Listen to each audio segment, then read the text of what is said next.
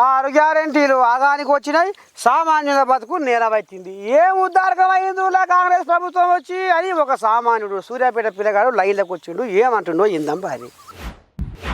అయ్యో భగవంత, తెలంగాణ ముఖ్యమంత్రి రేవంత్ రెడ్డికి ఎంత కష్టం వచ్చనేముల్లా నిన్న మననే చెప్పుకున్నాము. ఆయన పెద్ద మనిషి సంగారెడ్డి మాజీ ఎమ్మెల్యే జగ్గారెడ్డి ఆయన చేసిన లడాయికి పాపం ఆయన ఇప్పటికే కోలుకోలేకుండా అయ్యిండు. నా ముఖ్యమంత్రి పదవిని గుంజుకుంటాడట, నా ముఖ్యమంత్రి పదవిని గుంజుకుంటాడట. జగ్గారెడ్డి ఏమో నేనే ముఖ్యమంత్రిని అయితే రాబోయే రోజుల్లోనే ఆయన పలుకుతుంది శిల్క పలుకులు.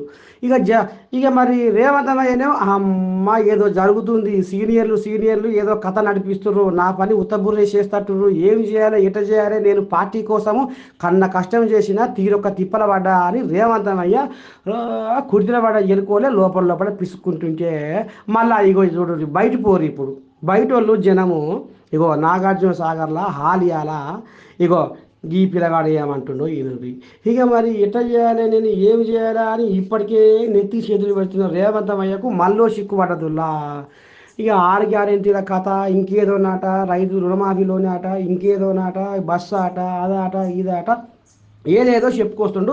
ఆ పెన్షన్లు కూడా మరి ఏది లేదు ఎక్కర్లేదు, 2 నెలలకోసారి ఇస్తున్నారు, ఇది ఎక్కడ న్యాయము ఇది ఎక్కడ అన్యాయం అని కూడా మాట్లాడుతుండ్రులా. ఒక్కసారి ఆయన ఏమంటుండో ఇంటే పురాగా అర్థమైంది మనకు కూడా. పారిపోదాం పారి నాగార్జున సాగర్.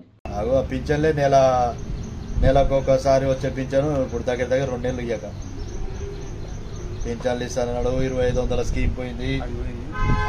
పోతే ఇది బస్సులకు కళ్యాణ్ ఆడోళ్ళకు బస్సు ఫ్రీ పెట్టి ఆటోలకు రోడ్డు మీదకి వేసిండు. ఈ కళ్యాణ్ లక్ష్మి అని అది పోయింది, తులం బంగారం ఇస్తాడు అది పోయింది, 1,00,000 రూపాయలు ఇస్తాడు అది పోయింది, అన్ని ఇస్తున్నాడు ఏది కావట్లేదు, అయ్యేది లేదు పోయేది లేదు. ఆ రైతు బంధు అది 2 లక్షల మాఫీ అన్నాడు. ఆ 2 లక్షల మాఫీలో అవన్నీ కొరీలు పెట్టాడు. అవి అయినోనికి అవుతుంది కానీ కావట్లేదు. నాకు 50,000 లోన్ ఉంటే 50,000 మాఫీ కాదా, ఏడంగా అవుతుంది. చేస్తాను ఊరికేనే అంటారు, అనగానే అవుతుంది. అన్నంత మాత్రం ఏది కాదు. అదేదో కరెంటు ఫ్రీ పెట్టిండు, అవి వచ్చినోనికి వచ్చింది, రానోనికి రాలేదు.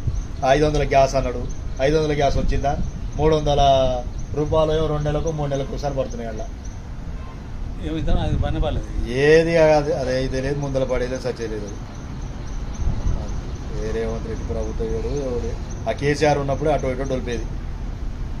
వీళ్ళ స్వార్థం వీళ్ళే చూస్తున్నారు.